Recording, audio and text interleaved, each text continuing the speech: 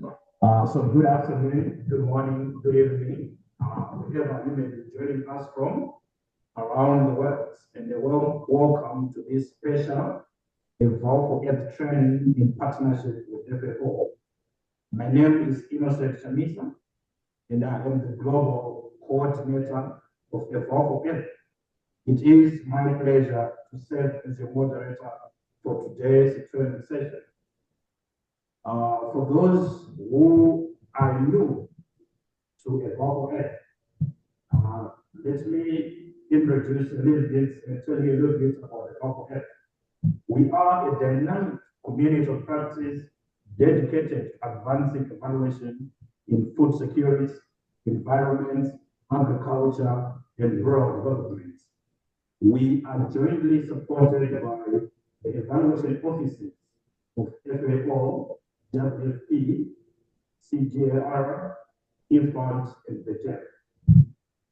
We are excited to have you with us today for this practical training session on FAO Step 2 to support transitions to sustainable agri-food systems.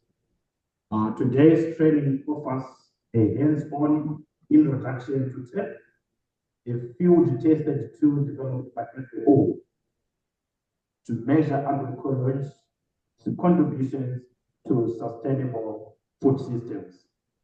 Today, you will learn about FAO's 10 elements of agroecology, how TEP is structured, and how it is used, and how it can strengthen your evaluation work, project design, and monitoring frameworks. It is now my pleasure to introduce our distinguished speakers today.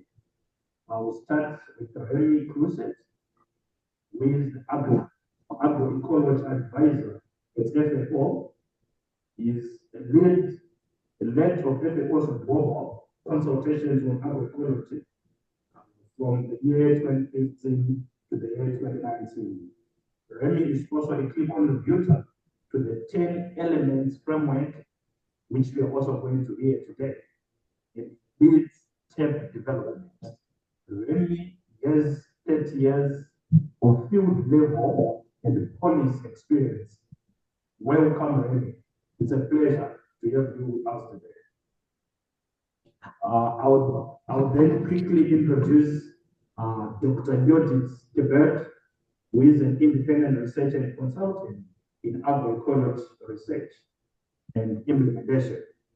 Dr. Yodit worked in FAO, IERA Gene Funds, CGAR Centers, BioVision Foundation, WWF, among others.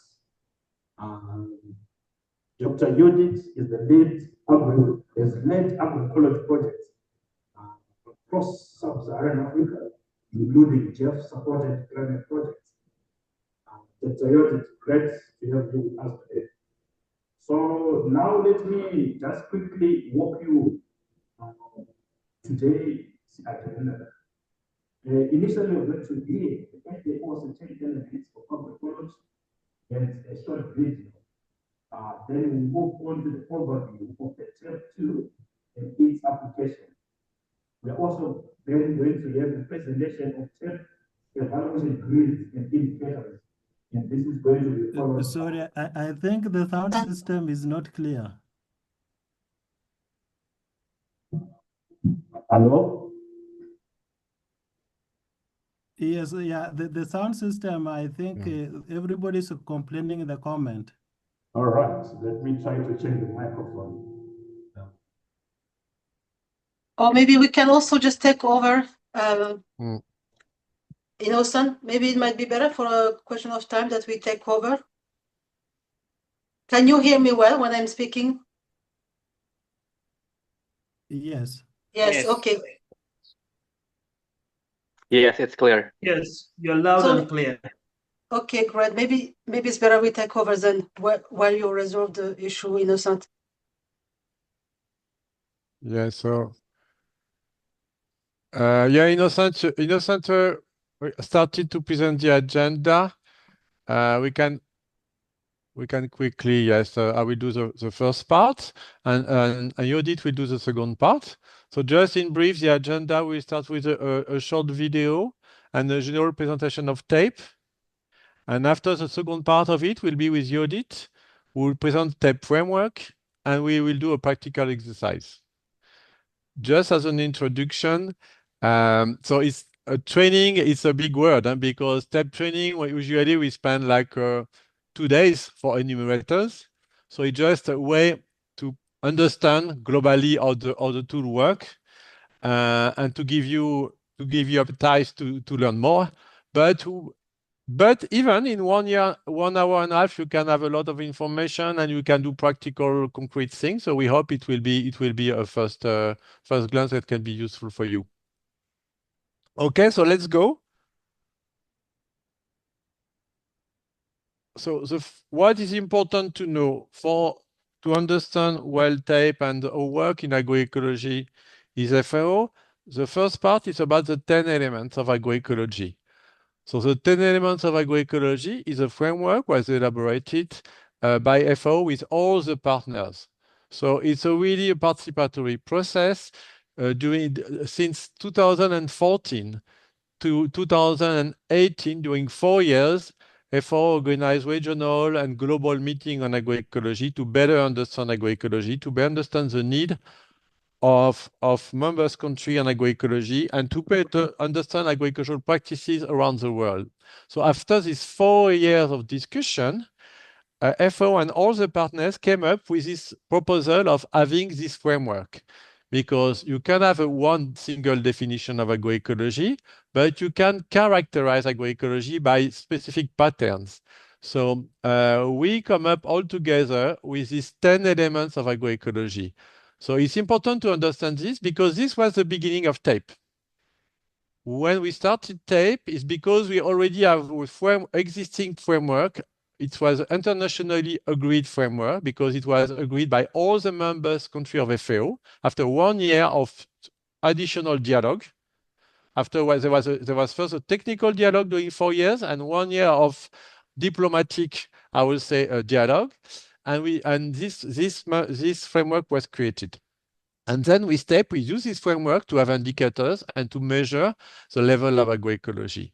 So these 10 indicators, you will have a video explaining this. It will set the scene. So it will be a little less than 6 minutes, but it will explain really the context of these diverse elements that are all interdependent, interconnected. When you speak of agroecology, it's a 10 elements, it's not 5.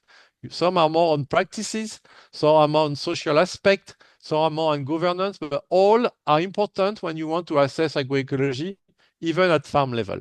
So this was important to explain. So now let's go with the video. So 5 minutes plus. If there is a problem with the sound, please let me know. Go directly to the more important parts. Agroecology represents a shift from ready-to-use to custom-made production systems. Okay? To assist countries in fostering transformative change, FAO developed the 10 elements of agroecology framework. The 10 elements are interlinked and interdependent. They describe essential components, key interactions, emergent properties, and desired enabling conditions in agroecological approaches. Ecological, social, economic, and nutritional diversity are fundamental to agroecology. Agricultural systems that are biologically diverse can make greater contributions to the stability and variety of ecological functions that sustain food production and other ecosystem services, like pollination, biological control of pests and diseases, and soil health. Diversification of agricultural systems need to be guided by co-creation and sharing of knowledge and practices, science and innovation. Proven local practices combined with scientific knowledge provide the best guidance on what crops, livestock and trees to include on the farm, where to place them and how to manage them. Synergies occur when interaction between components in space and time generates multiple benefits to stakeholders across a range of products and services. Redesigning agriculture and food systems, aiming at synergies while minimizing trade-offs, inherently increases resource use efficiency.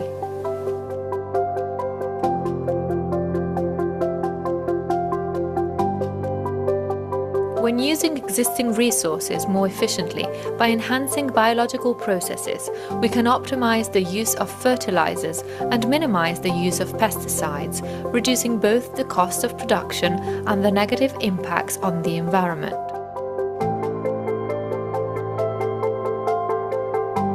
Recycling is central to efficiency in agroecology as it replaces the concept of waste and pollution with that of new biological resources for agricultural production. The return of organic residues to soil is a good example of recycling practices that enhance biological activity essential to soil health.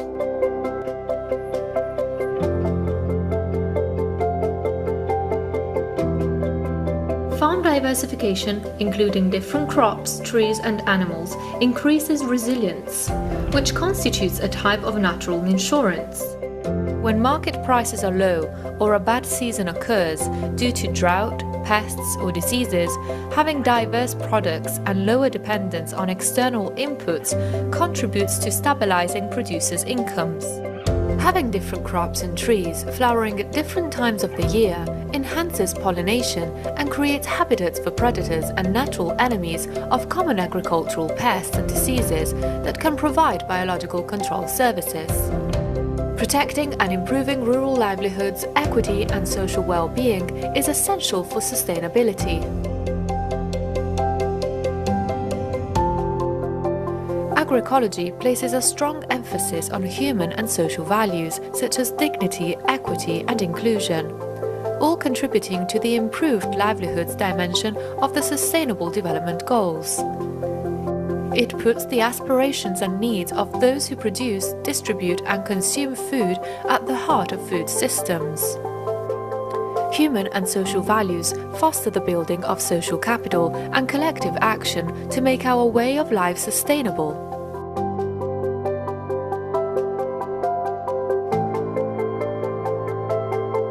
Agriculture and food are core components of human heritage. Culture and food traditions developed as a result of long-term human-environment interaction and play a central role in society. By supporting diversified diets, agroecology contributes to food and nutrition security while maintaining the health of ecosystems. Agroecology plays an important role in the harmonious rebalancing of tradition and modern food habits, enabling healthy food production and consumption while supporting the right to adequate food. Agroecological transitions demand the development of effective and innovative policies, institutions and markets that enable and support transformative change. Responsible governance, from communities to nations, embodies transparent, accountable and inclusive mechanisms that support producers and consumers. Responsible governance also enhances social inclusion and fair practices.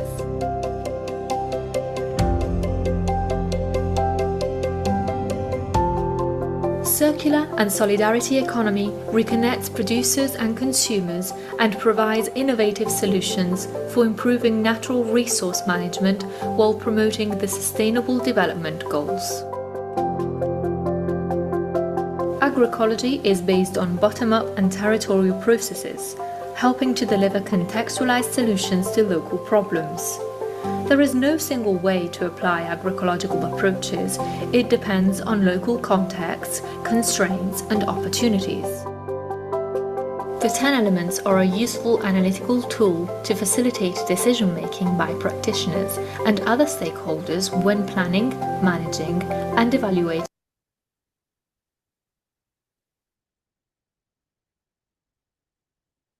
Okay, so this was the presentation of the 10 elements with a narrative. So what was done by TAPE, basically, by the first step of TAPE, you will see we have 4 steps, is to try to characterize all this information you add, all these 10 elements in 66 criteria. So we ask clear questions to be able to assess the level of agroecology. So you will see a little later what is the framework we had beyond the 10 elements of agroecology. Before moving forward, I just wanted to mention that maybe you will also hear a lot about the 13 principles of agroecology. So just to mention that both are totally aligned. The history behind this is you had the 10 elements of agroecology endorsed by FAO members country. And in the process of the Committee of Food Security, they were also working on the agroecologic framework.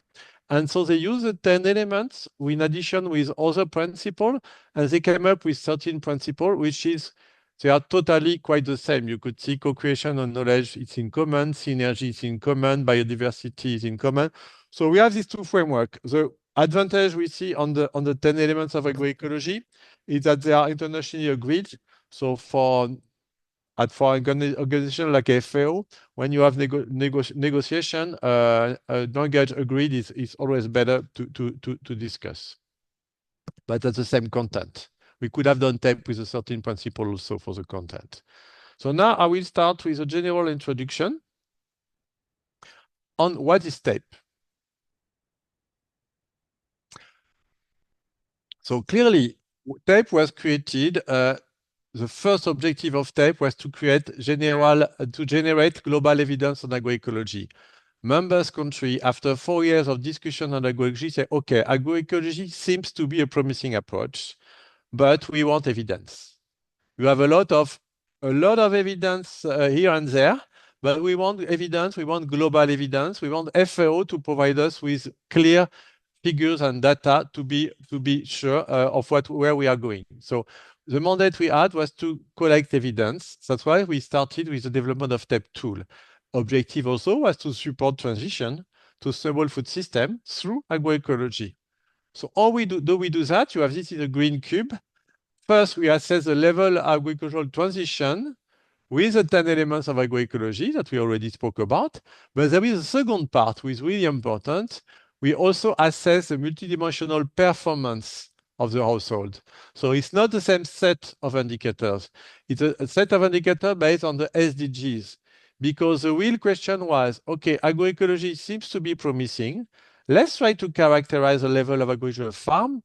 But what does it say about the sustainability of the farm? So the idea we say, okay, let's have two different scale, independent scale, and let's check if the more you are agroecological, the more sustainable you are.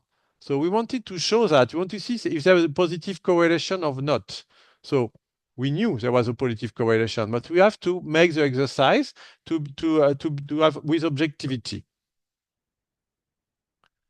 So this just to show, don't take time to read it, but just to show this mandate we had for members country to develop metrics, tools, and protocol to evaluate the contribution of agroecology to a sustainable food system. So it was in 2018, as I told you, but also recently in 24, again, members country asked us to scale up agroecology and to improve data collection. So TAPE is in the center of this.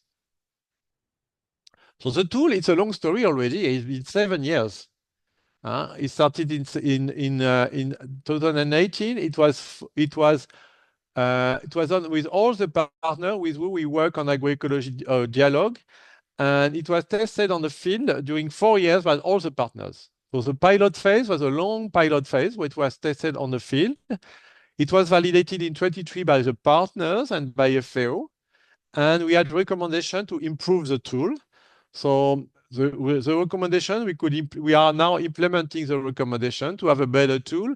We have the support of the European Commission for that with the Zero Plus funding. So now we are deploying TAPE, I would say, with a stabilized version.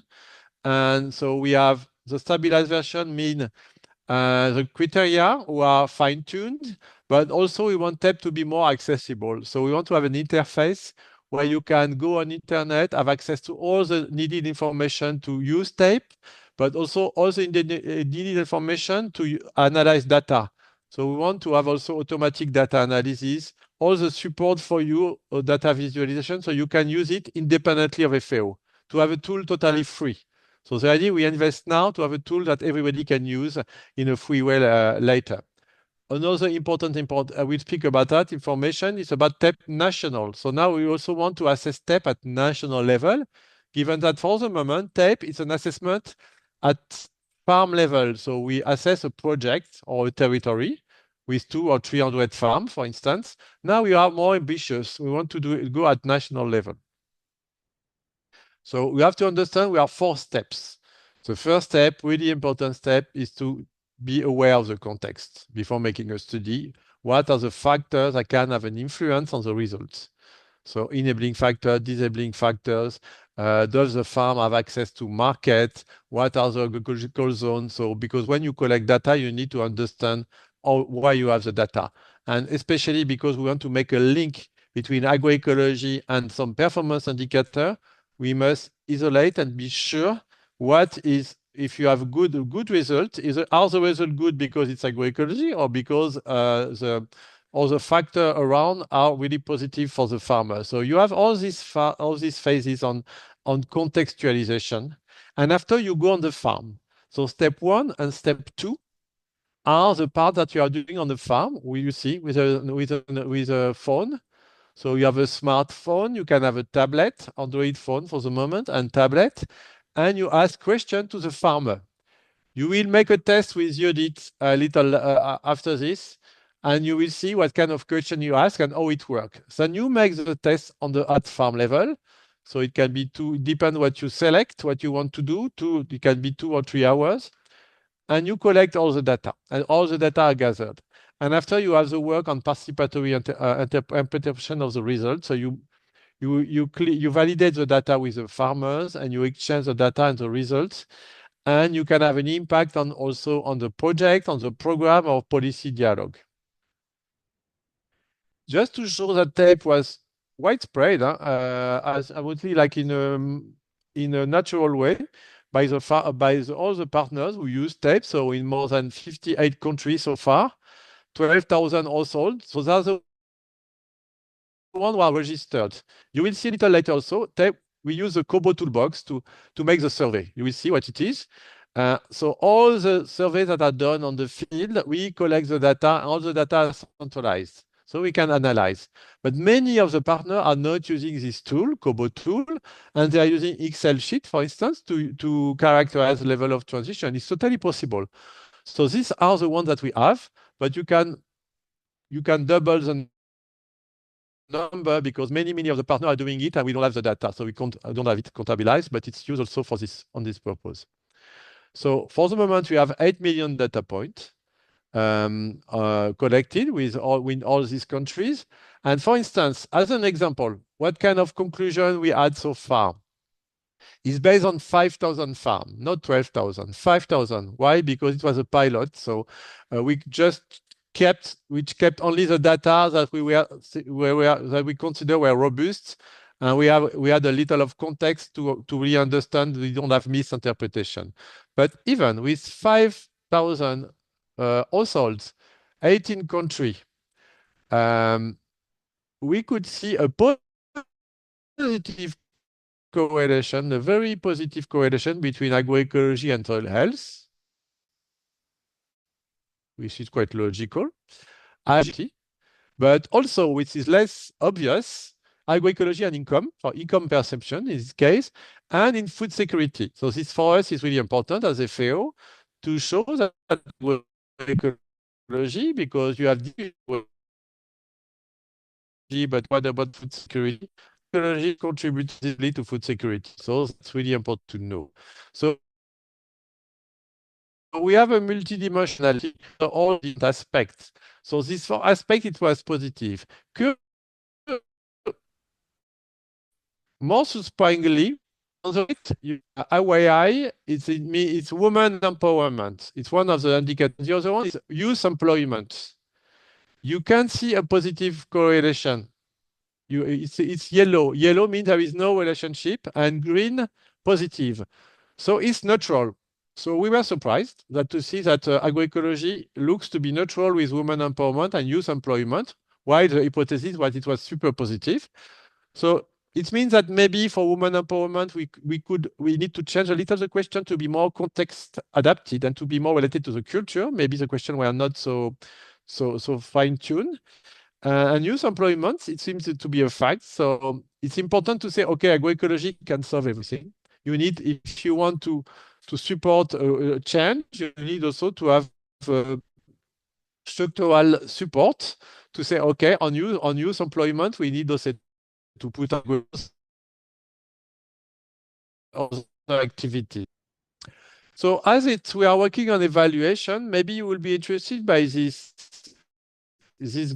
graph. This is a project cycle. And TAPE, initially, it was really to gather evidence on agroecology, to make this demonstration. But we could see that many of the partners were using TAPE in their project for many different purposes. Many are using it for project design. So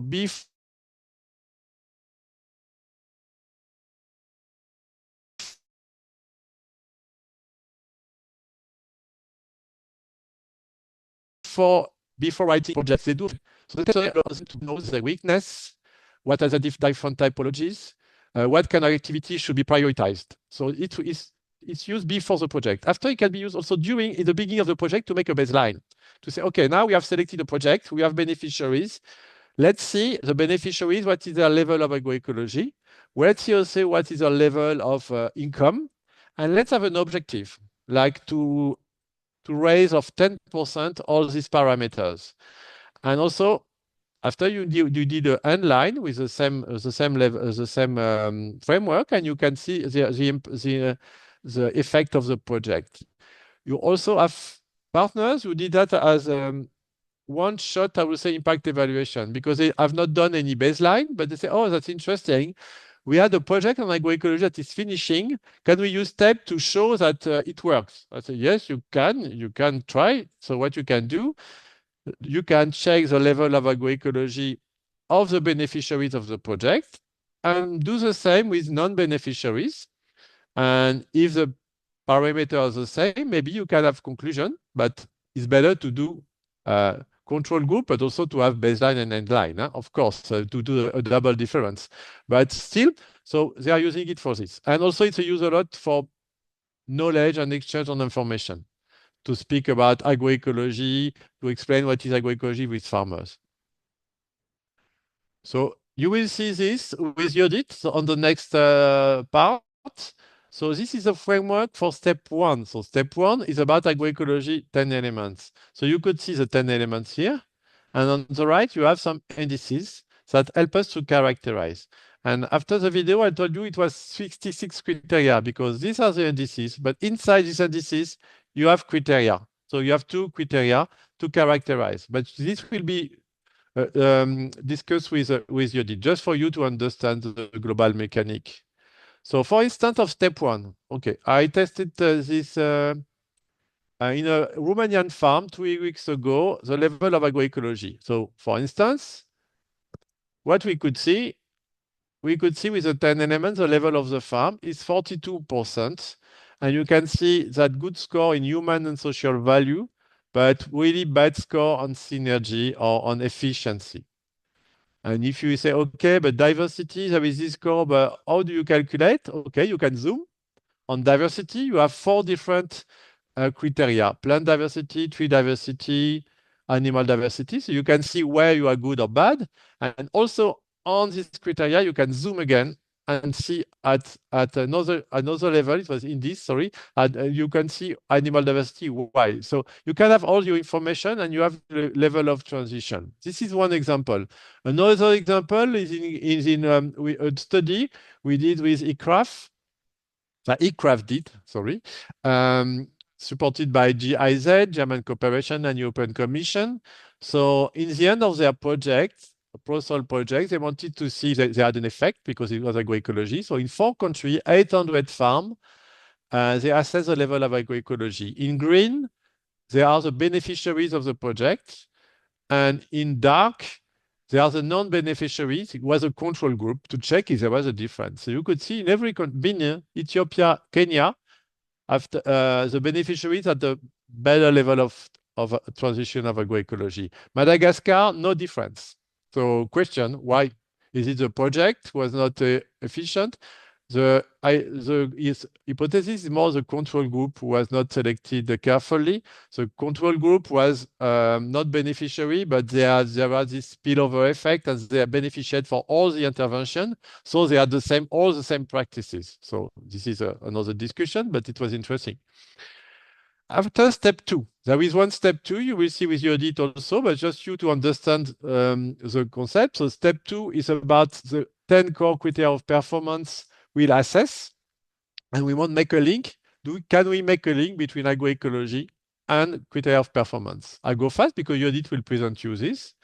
And then it's the same. So there you could see in the same study, the link between agroecology and one of criteria is productivity. And the link, you can see the link is positive. So why? Because here you have the level of agroecology that is rising from 0 to 100, and this is a productivity score. So it seems that the more you are agroecological, the better is the productivity. Same for income. So of course you have points a little everywhere. Huh? So it's a trend, I would say. Huh? Dietary diversity positive. So their conclusion that agroecology is improving food security, nutrition, farm productivity, income, agrobiodiversity, and soil health. So it's quite on the same line that's what I introduced you with the 5,000 farm.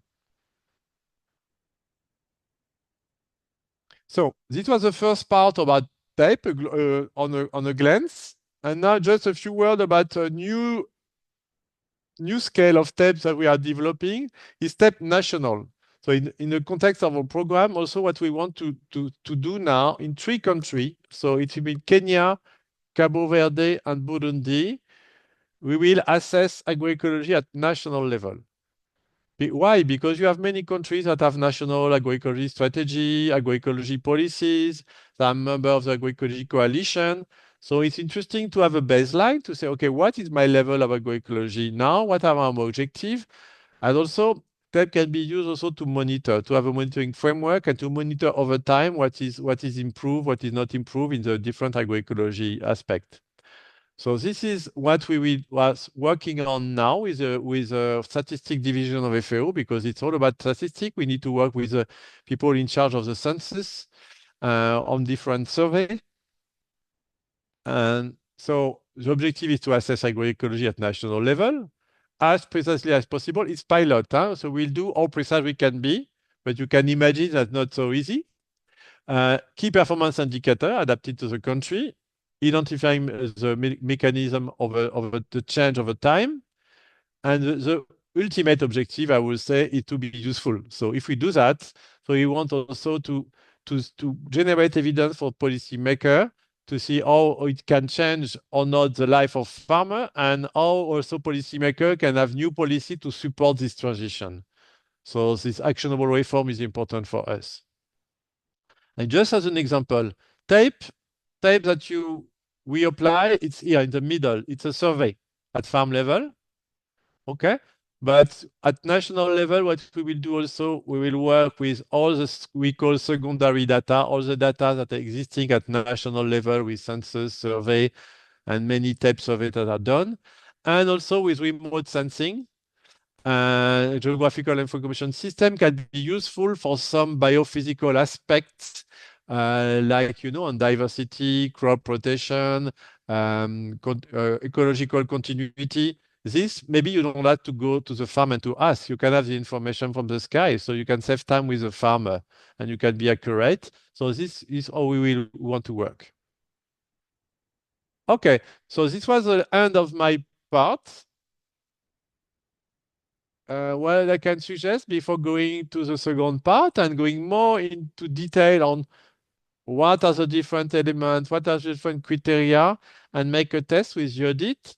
Maybe you want to have a first round of question, like let's see how, if we are late or not.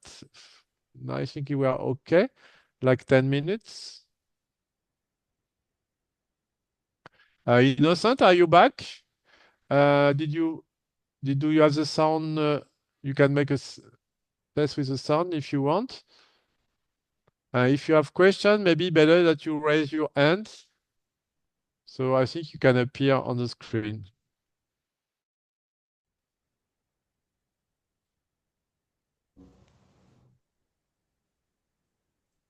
Ocon?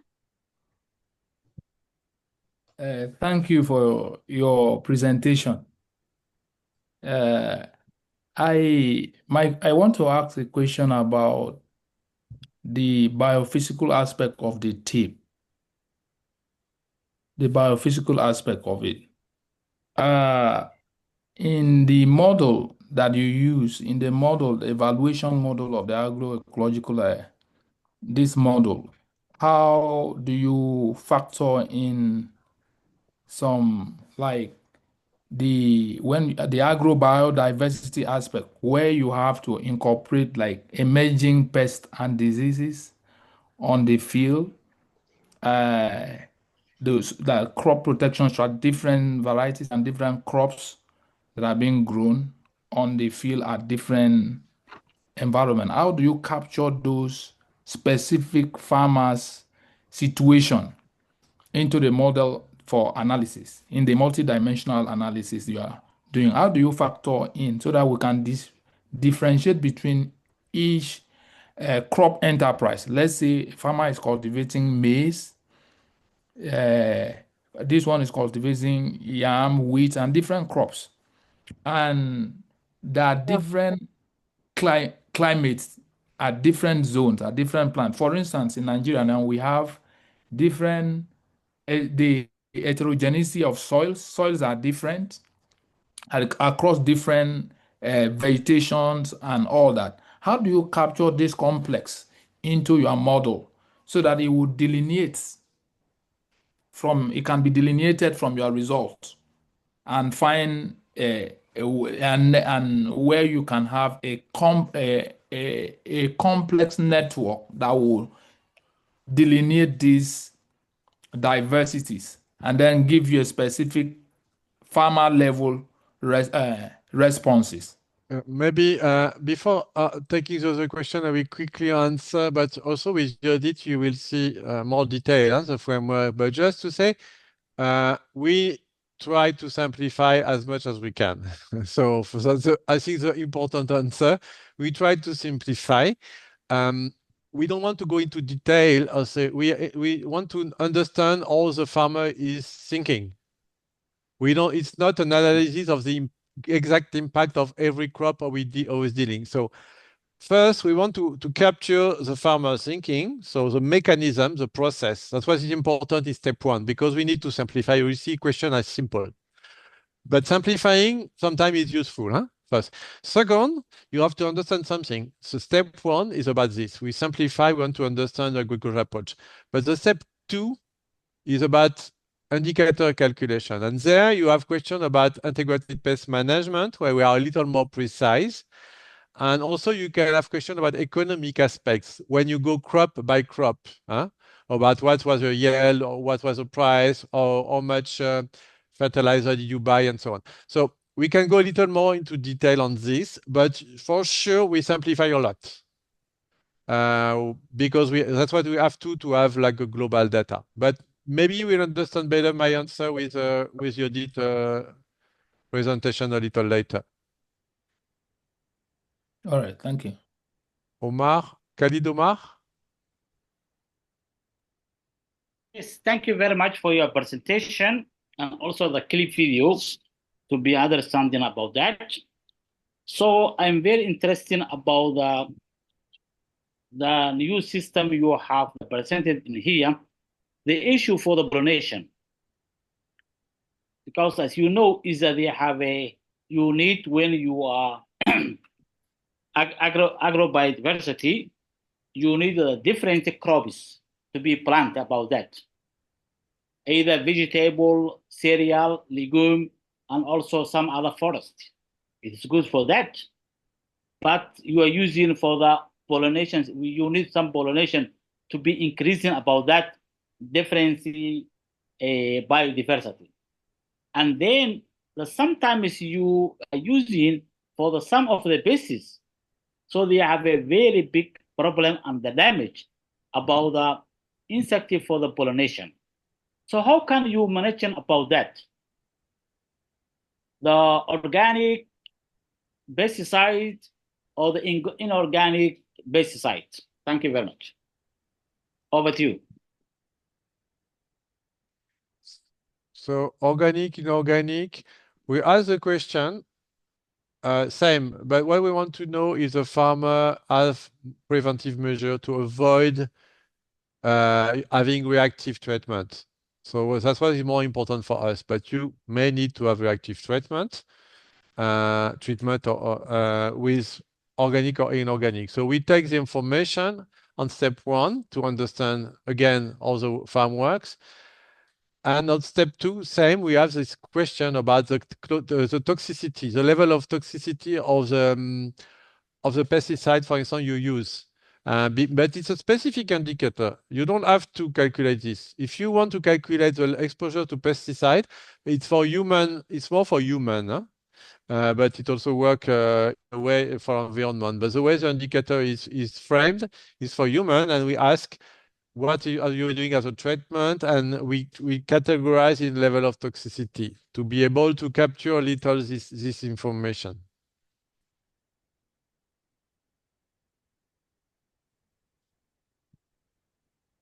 I have Wade Adeyado.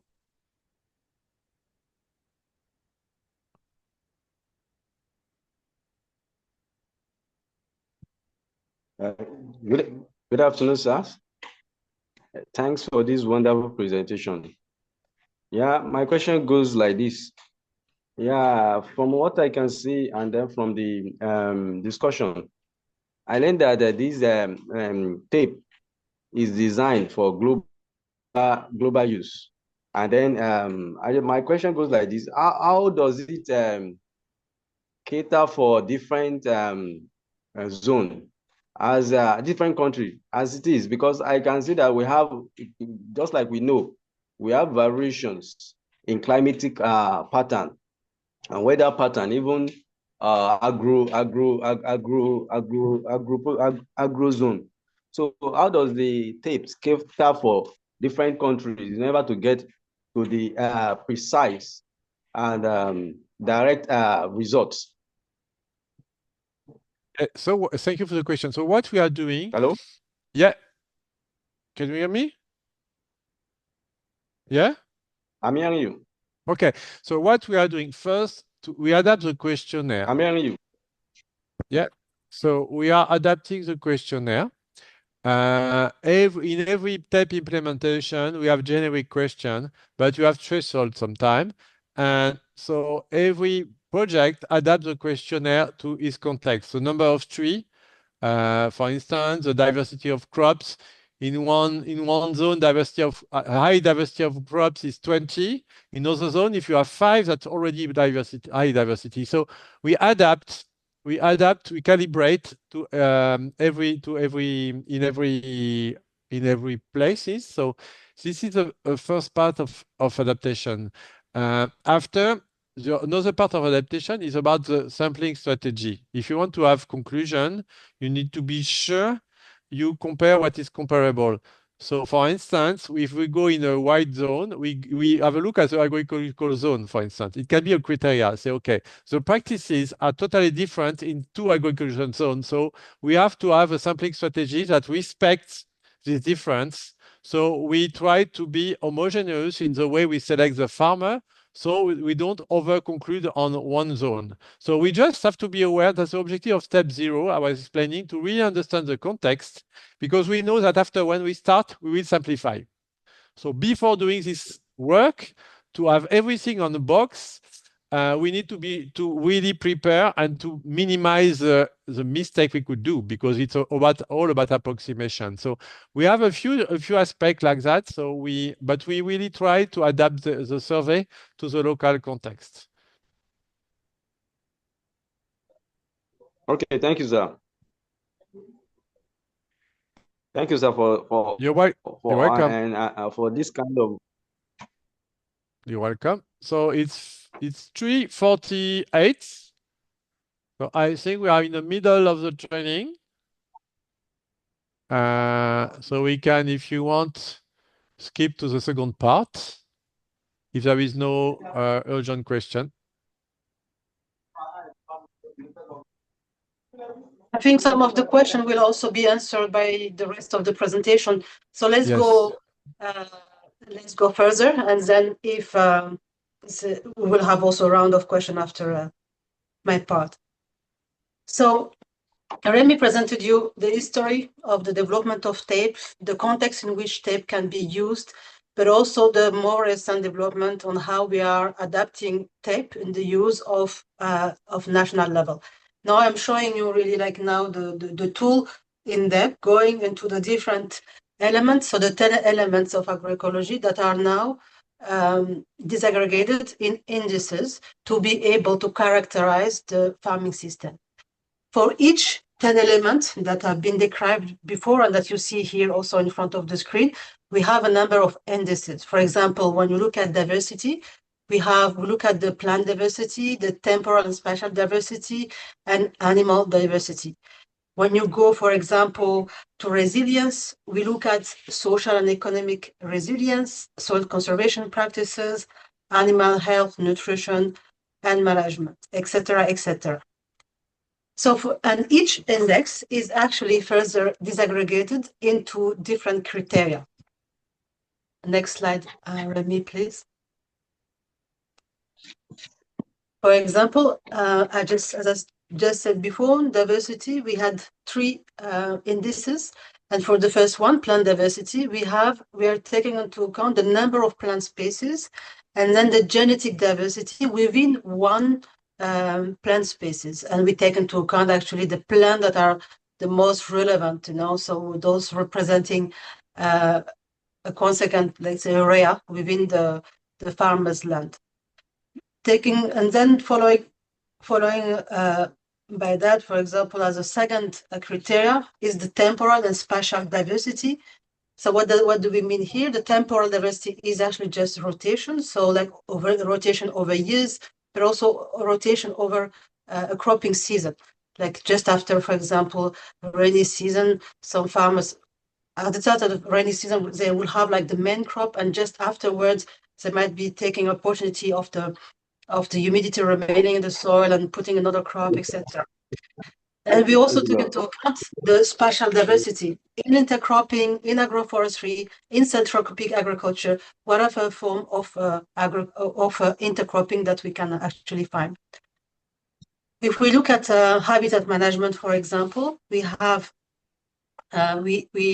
several indexes, and within those indexes also different criteria.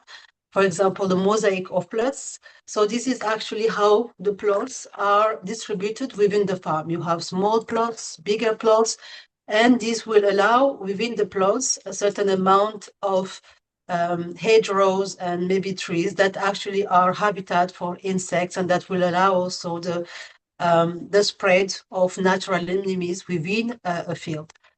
And we look at also the proportion of the farm where there will be some natural elements, in some cases a pond or a small patch of forest, or just some areas that are actually remaining untouched. All these places are important for insect nesting and movement within a farm.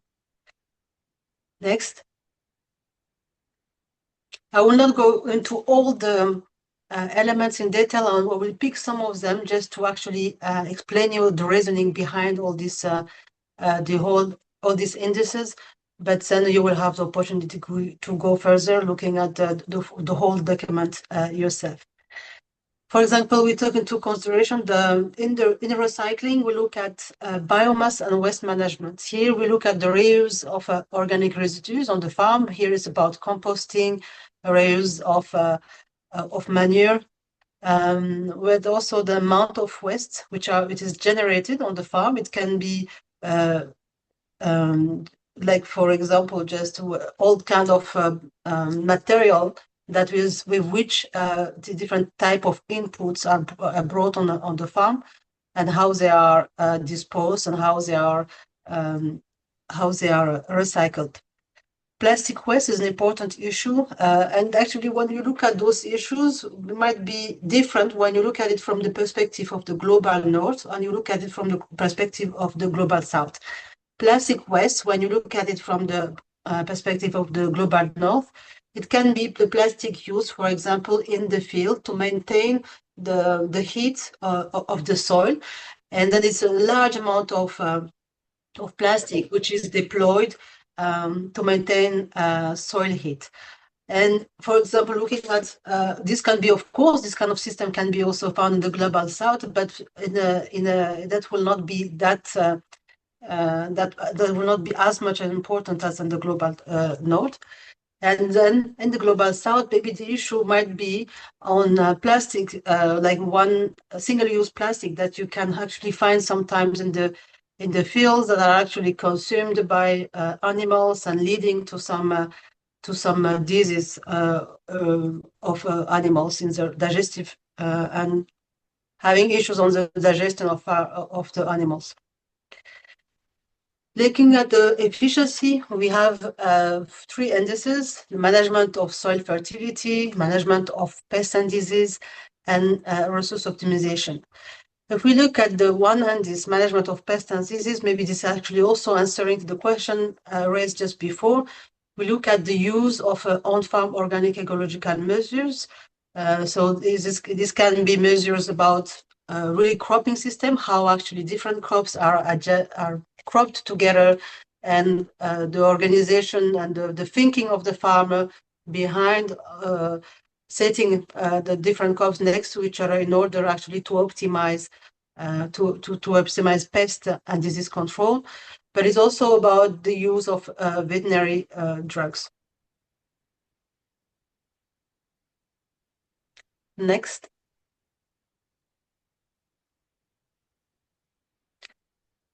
Here, to looking at the resilience, we have 3 indices for it. So the social and economic resilience, the soil conservation practices, and animal health, nutrition, and management. I will dive into the soil conservation practices. We look at here, we take 3 criteria, like how much actually there is permanent crop soil cover in the farm over time, how much but it's also like how the farmer is applying the soil, and is he actually plowing deep, disturbing the soil, and also aspects related to soil degradation control practices. Culture and food tradition, we have 2 indices, dietary diversity and food self-sufficiency, and also local and traditional food heritage. This is an important aspect. I mean, all the elements and the indices are important, but it is something actually quite important in agroecology to look at the local and traditional food heritage, because we don't look at only food security, we look at food sovereignty in agroecology, and saying that is also about how much locally appropriated crop are grown, and also how much farmers and the community can actually choose what they want to eat, and also eat and also produce what they want to eat. Here we look at 3 criteria: the use and preservation of traditional crops and local food practices, the participation in cultural events related to food and farming, the valuing of local cultural heritage. This can be also through events, but also it can also be in a more, let's say, bigger scale, through also participation to some civil society organizations, which are also defending those kind of elements of agroecology about maintaining local and traditional food heritage. Can we go next? When we look at the creation and the sharing of knowledge, when you saw a bit before in the presentation by Remy, you see that the 13 principles of agroecology and the 10 elements of agroecology have really many things in common. And one element that they both have in common is the co-creation and sharing of knowledge. This is also at the heart of agroecology. Here we look at the 2 indices, one about assessing and valuing agroecological knowledge, and the other about peer learning and co-creation of knowledge. what we under assessing and valuing agroecological knowledge, what we mean is like what is the use of local and context specific knowledge in farming? What are the practices in terms of sharing of agroecological innovation between the farmers, and also the diversity of knowledge sources that the farmers have. In peer learning and co-creation of knowledge, we look at the intergenerational knowledge transmission in farming. Here is about how much actually farmers are also involving youth and also putting at their disposition, sharing their own knowledge in different settings for the youth to continue farming. Their involvement in knowledge sharing platforms between farmers, and the involvement in co-creation and sharing of knowledge, formal and informal processes. Here we actually look at the participation of farmers into some maybe living labs, that, as we call it more recently, when different stakeholders within the landscape are getting together to design and to actually to address some issues that they have in common, and to choose the appropriate mechanism to address them. But it's also about the farmer field school, for example. It can also be a system just organized between farmers and the extension service. How information actually is shared is very important. One of the idea of behind this quota and the peer learning and co-creation of knowledge, the importance of it is that too much the knowledge transmission in agriculture has been too much top down, and it didn't let actually the space for farmers to put forward their own innovation. And we, in agroecology, that is actually what is promoted, that actually we take into account farmer knowledge, we blend it with science to create new systems that are the most appropriate to address the issues that can be found in each area. For the elements, sorry. What, you want me to go back? Please.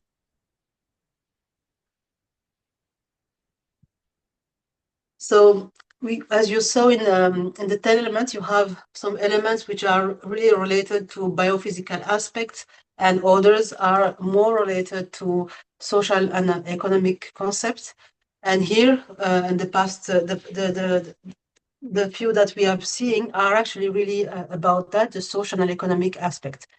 The element 8 is about social and human values. So it's about protecting and improving rural livelihood, equity, and social well-being, which is essential for sustainable agricultural systems. Here we consider actually 3 components of it: women empowerment and social equity, labor, so the productive condition, but also the social inequalities about labor within the community or at the farm level, and also the level of motivation of agricultural work and the continuity of it within the family, but also within the community. Next.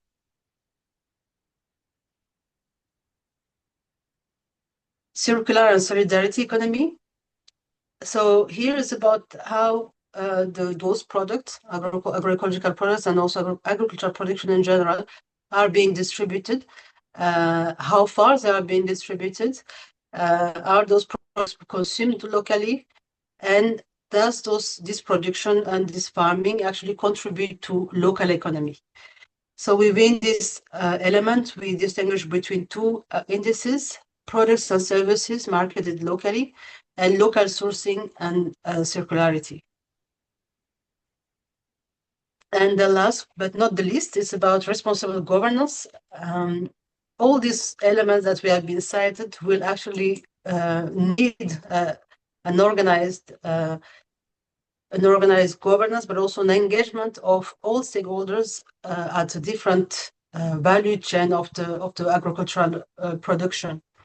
We consider here 3 indices in relation to responsible governance: producers' empowerment, producers' access to and control over resources, and producers' organization and association.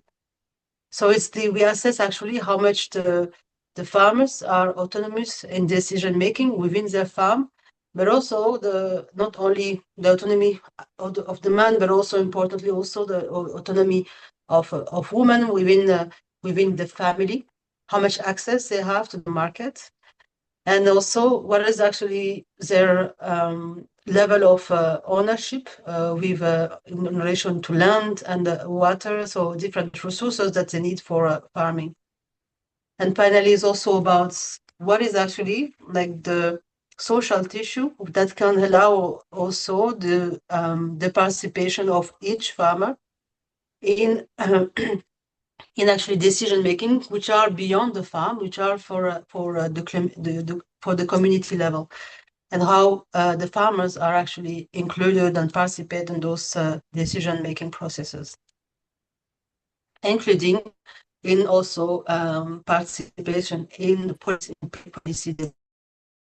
development. Next. So this was the step one that I presented to you. Here, as Remy mentioned, there is also a second step where we look at how agroecology contribute to different, to what is the performance of agroecology on different dimensions. And for assessing this, we look at a dimension of governance, economy, health and nutrition, society and culture, and environment. And within each dimension, we have different criteria of performance. For governance, for example, we look at secure land. So these are choices that have been made, to see that these are elements that we think are important to assess an agroecological farm. You could have actually other additional performance criteria that you could imagine, but here is what in TAPE we consider our key criteria of performance. And for example, in health and nutrition, so we have in economy, we look at the productivity, in income from animals, from crop, but also from other activities that contribute to the farm income outside of the farm, but also in like some activities which can be like at the local level, but in some cases also some income coming from off-farm work. We look at also added value, so the gross output value, the depreciation, and the expenditure for different input. So this is actually to look at what is the true cost of their of farming, looking at how much outputs they have and how much income they are generating. We look at the exposure to pesticide. This is also a question there was a question around that. Here we look at the quantity applied, the toxicity, but also in general the knowledge of the farmer and how to use the different equipment and practices. And this is key also to relate to the health of the farmers and the family of the farmer. Judith, it's time for the exercise. Huh? Okay. Maybe you can go faster. Okay, let's go next.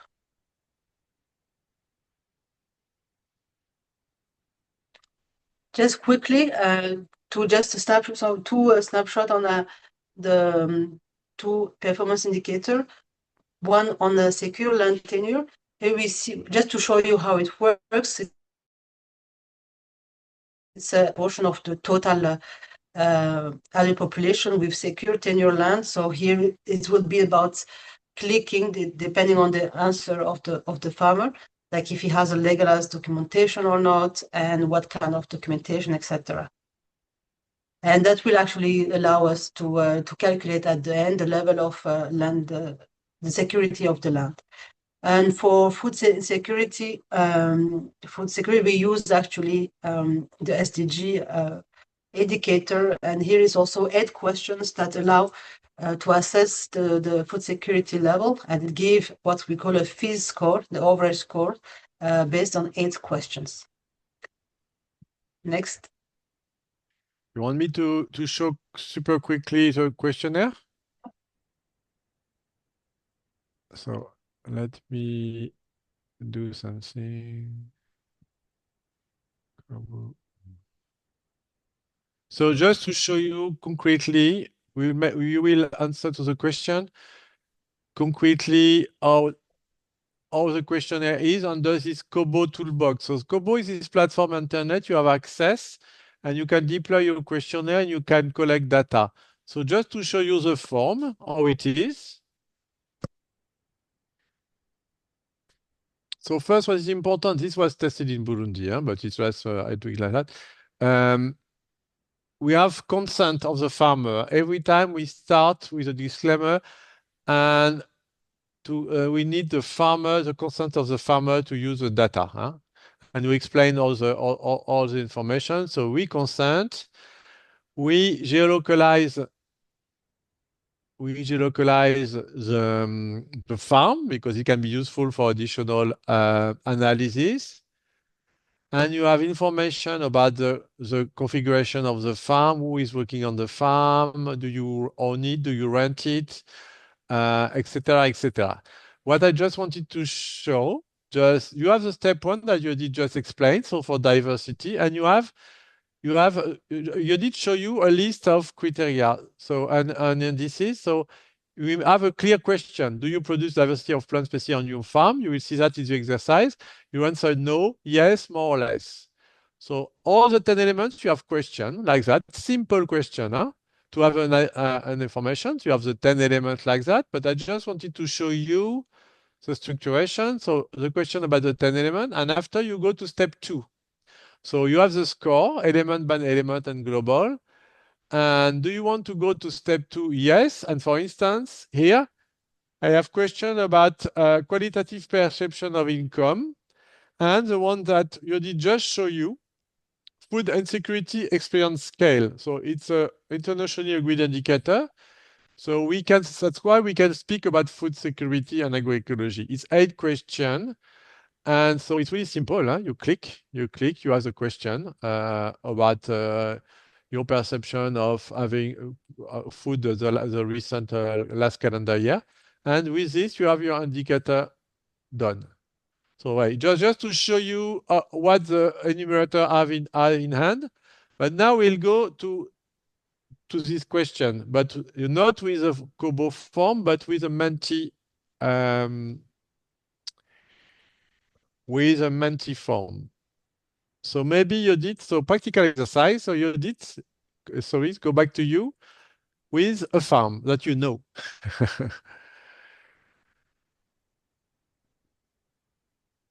Yes, this is the farm of Omar Diabaté. He's located in south of Bamako in Mali, and he has just a farm of 3 hectares actually, and he started to actually on a land which was completely bare, and what you don't see here on the picture, but beyond his farm, actually the land is really not green as on his own farm, and he has a diversity of crops, mostly horticultural crops, but also some cereal crops, etc.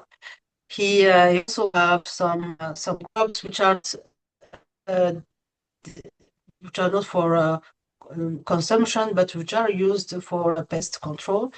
And he's a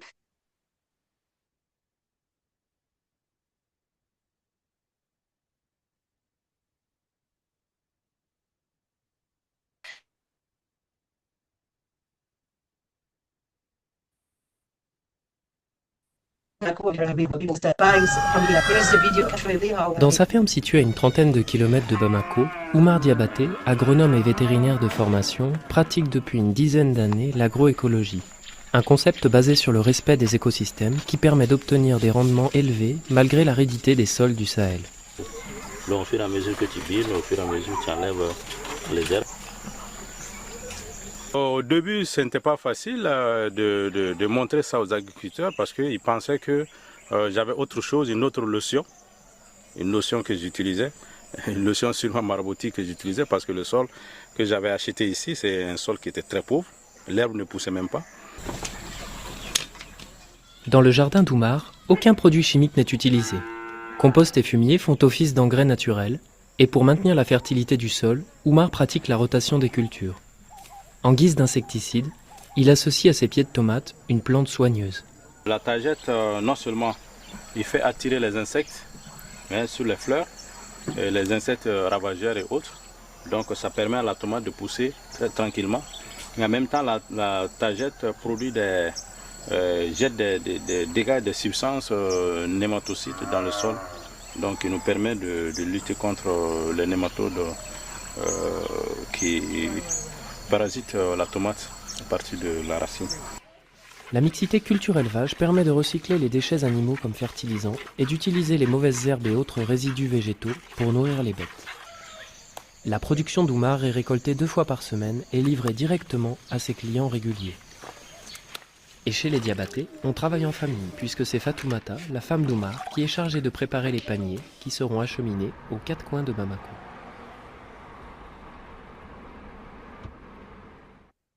Okay, so now I will go to Menti for the test. So imagine you have all the information, necessary information in this video. I hope you were watching carefully and listening carefully to Yodit. You have all the answers. And now we'll go to make... Can you go on the next slide first? So that they can... No, it's not here. Next slide. It will come. Okay, sorry. Yeah. So, yeah, Yodit, I can let you. Can you please now use your phone or your laptop to go into Menti? You can also use just the QR code on the screen with your phone. With the QR code, you will go directly to the page where the question will appear. You can also otherwise use the code, which is on the left side.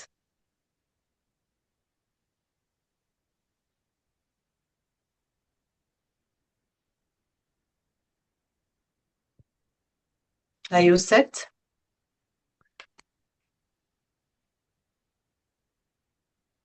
Okay. Tell me, Yodita, when you want me to change. Let's see if I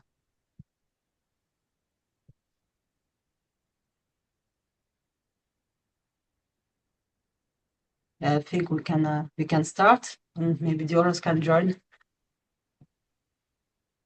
I can't say exactly how many people are in, but we'll see. So one of the elements that is part of the tape is synergies. In relation to that, we have the following question: do you produce?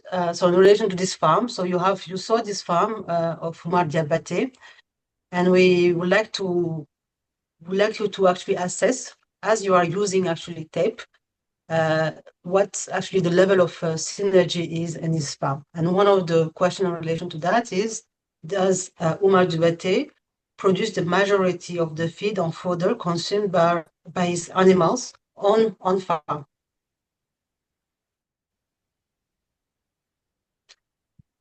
So I see that 10 people said that he produced the majority on farm. About 5-6 people said more or less.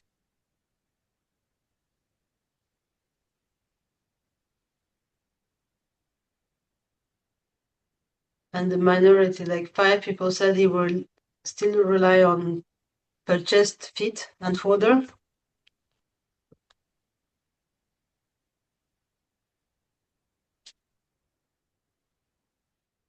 So we actually have like most of the, so 49 people are on Menti now.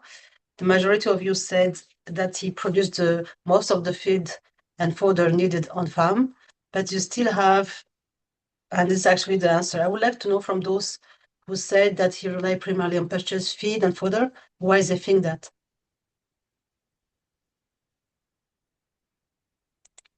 Innocent, if you see the hands up. I can see if you want, if someone, can someone raise his hand to explain his vote, just to discuss, huh? Because you can make a mistake because you are not on the farm, huh? It's just to have a feedback. I don't see anybody. Come on. Yeah.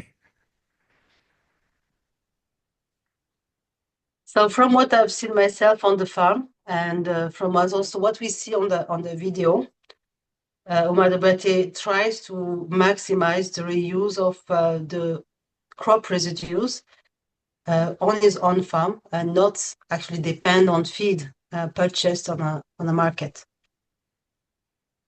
So 3 is okay because he might still maybe need to buy some because he has quite some animals, but 3 or 4 would be the most adapted answer here. Well, let's go to next question. Alors. Yeah. So does Omar Debatti grow together trees with plants and livestock into a farm production system? Like, does he have a strategy of like agroforestry, agropastoralism? In a way, actually, how is he interlinking different production system on his farm? Is he actually optimizing, or is he trying to make this integrated system?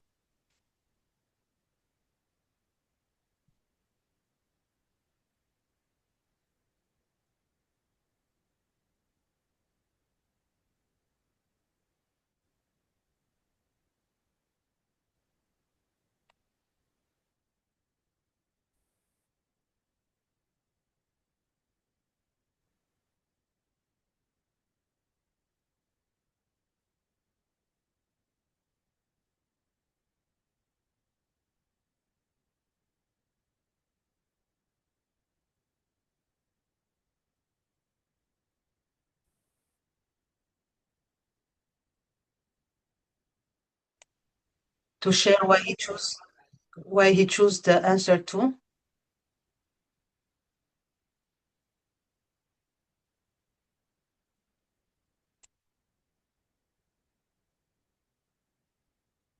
Hello, are you there?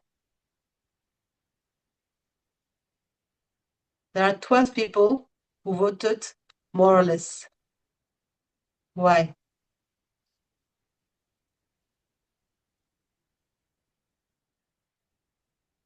It can be also because, I mean, we see trees, but it's also not, it doesn't seem, for example, very dense. So I can understand that that can be correct. That also can be correct depending on what type of system that you have in mind. For the region, like that's one element, one aspect also which is important. You have also to put in perspective your answer, and I mean this question in relation to the environment where you are in.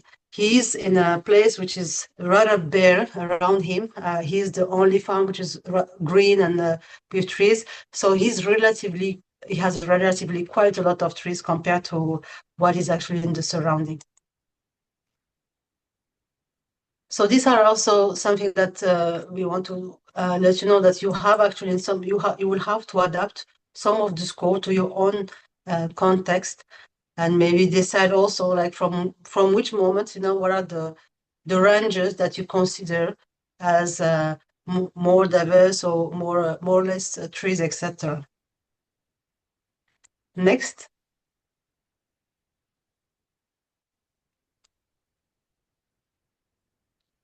Does Omar Debatte's farm have multiple plots of different shapes and sizes? What do you think?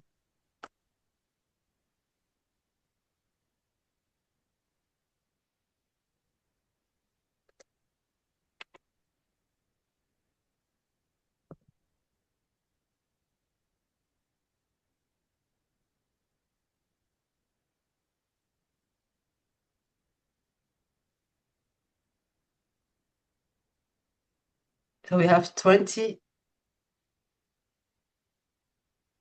We have half of the people who actually voted so far. Keep on going.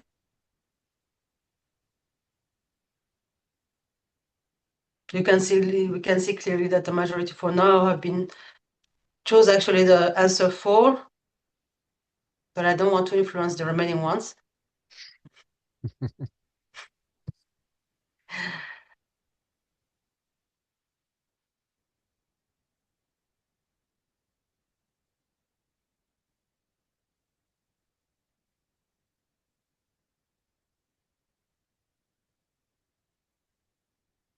So for a question of time, I will yeah, we'll give also here also, I mean, from what, from the perspective, from the context of Omar Dabete and what is in the surrounding, we will go for the answer 4. He has tried to have multiple plots on his farm, and also he has trees, edges, and you also, you saw in the video at some point that he was showing some flowering plants.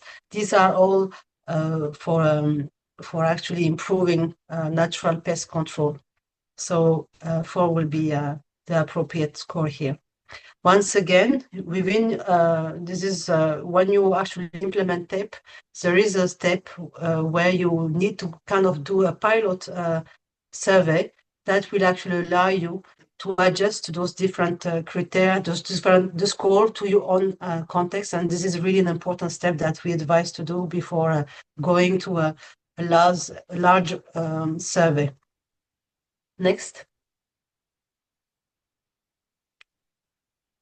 Does a large proportion of Omar Diabete farm include natural or semi-natural elements such as native vegetation, wetland, forest patches, hedgerows? This question has quite simply, might actually also recall just the previous one,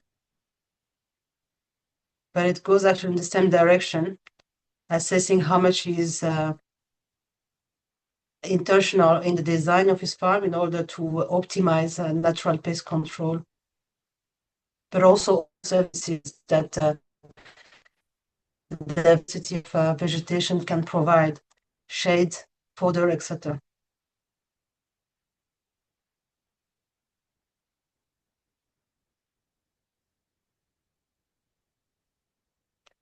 Some people answered 4. I would like to hear from them what they think that the farm is not so diverse in terms of natural element, semi-natural elements. If you're shy, you can actually put your answer in the chat box.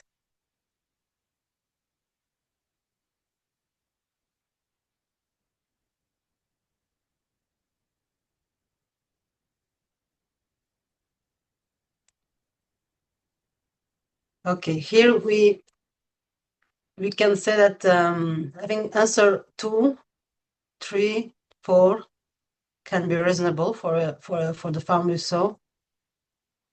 You still have maybe some you could have actually more natural elements, but maybe we don't see also in the video all the farm.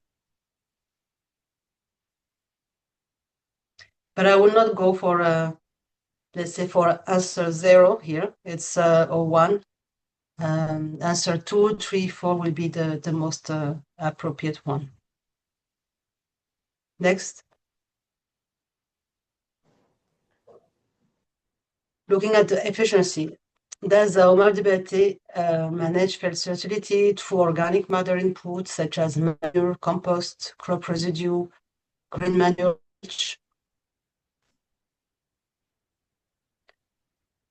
So 0 will be no, my farm primarily relies on external synthetic fertilizer and does not implement significant on-farm soil fertility. 2, more or less, will be about my farm combines on-farm and external input, but still depends partly on synthetic or farm fertilizers. And the 4th one, my farm primarily or exclusively relies on on-farm recycled organic inputs and agroecological practices for soil fertility.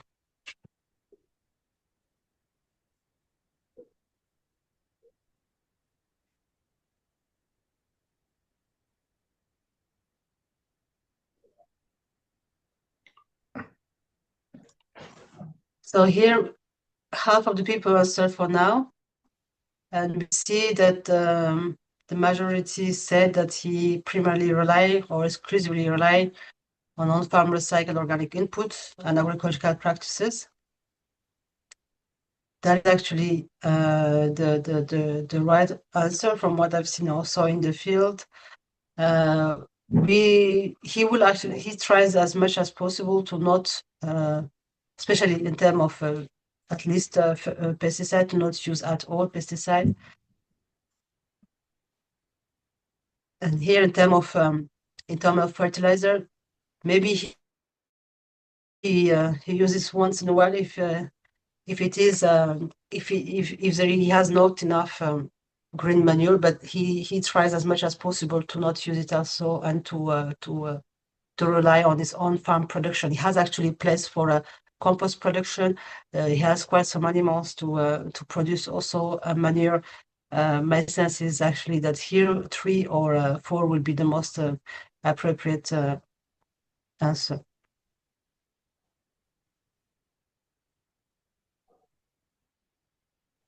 Someone is asking, will we be able to utilize composted human waste? I've not seen that on the farm, but this is a possibility, of course. And when you also, I mean, that can also be combined with biogas production. So that was it for the training today. We hope that gave you kind of overview what tape tool is. This is an introduction to it, and there is much more to go explore. And you can actually find all the documentation in Agroecology Knowledge Hub. Here you see on the slide the link, which is just at the top of the slide, Agroecology tool tape. And you can also there is also training available where about agroecology. It's called Agroecology for Africa, but it's actually kind of no good overview of agroecology in general. And that's only less than 4 hours of training that give you good understanding and overview of what agroecology is. So I invite you to go and explore all those documentation online. With that, I thank you very much for your presence and your participation. I put the email in the chat. You can actually contact us for further question at tape@fao.org.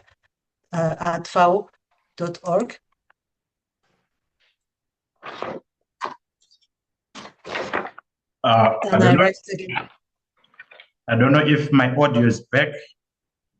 Yes, it is. It is back. So Remy, you want to say something? Please go ahead. Then I'll go after you. You are on mute. I just wanted to give you the floor. Yes, as Judith said, it was short, so we couldn't dig into detail. We just wanted you to understand the mechanism, but we could see the first answer, the test. But on mentioned that the answer was quite homogeneous. Of course, it was different because it's the first time, and because you didn't know the farm. Huh? But you could see that the questions were well understood. So that is important. After, as you did say, you need to adjust to make a pilot to synchronize the answer between enumerators to avoid discrepancies. But yes, it was 1 hour and a half. It's short, but yeah, we did what we can. Yeah. Thank you so much, Remy and Judith. For sure, it was a very short period of time, but I hope this is just a beginning. We hope to continue the conversation on Evolve for Earth.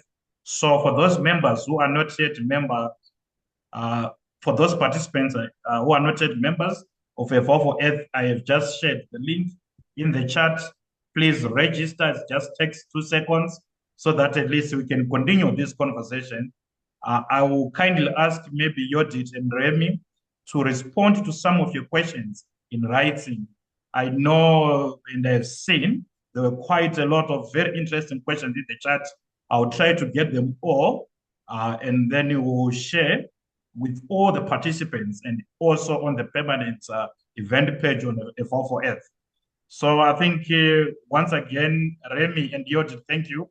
And also to everyone who attended today's training session. I hope that, like me, you were able to take away something valuable. From my end, I learned quite a lot. As I just said, this conversation is just beginning.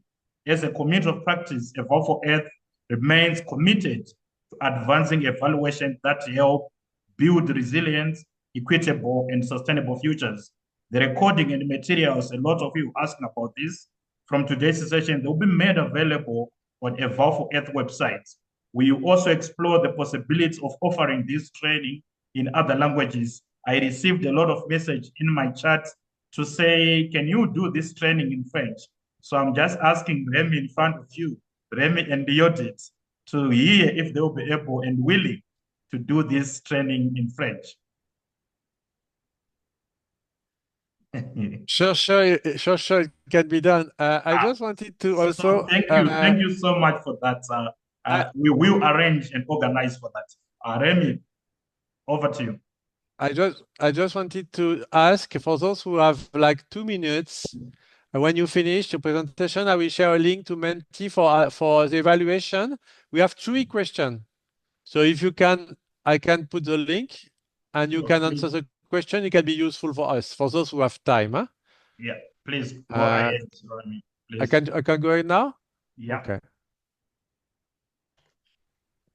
So again, it's a Menti. So scan and I will ask for the 3 questions. And I promise it's finished after this. So yeah, so I'm just changing the code here in the chat box. Code yes, H4 256869.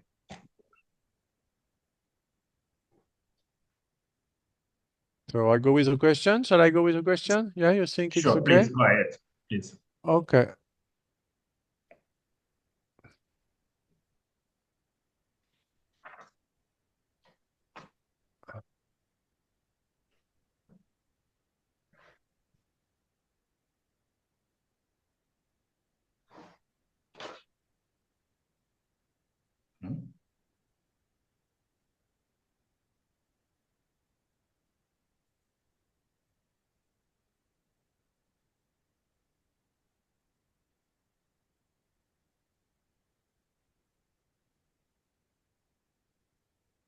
So what will be interesting for the yes, more or less, because the third question will be about suggestion, or what we can do better.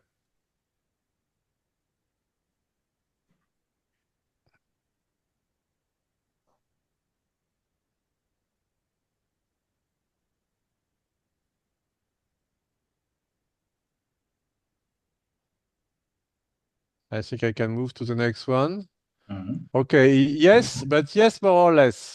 A positive one, so it's I take it. Okay. Are you interested to know more about the tool? So we say it was introductory, because one training is 2 days. So 1.5 it can be packed, I understand.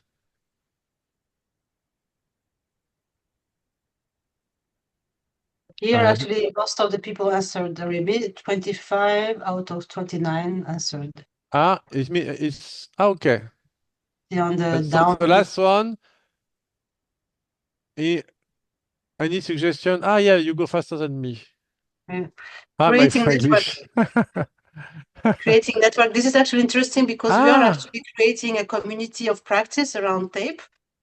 So all the people who have been here also on this contact, we will keep the contact. We will inform you when the community of practice is running. Multilingual, yes. Share the tool, the question, and we have the tape. The tool is already shared online. It's on Agroecology Knowledge Hub. You have the most updated version of it, and also all the instruction on how to implement it. So there is also some people asking to other languages such as Spanish.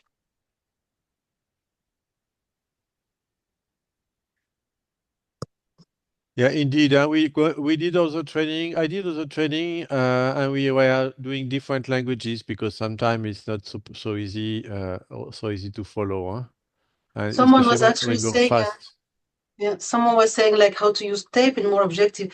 This is actually the first part. Is based on questions and is not, let's say, figures. But in the second part of tape, which is the performance part, this is actually about really measuring the performance of agroecology. So it is a tool that you can use in a very objective way.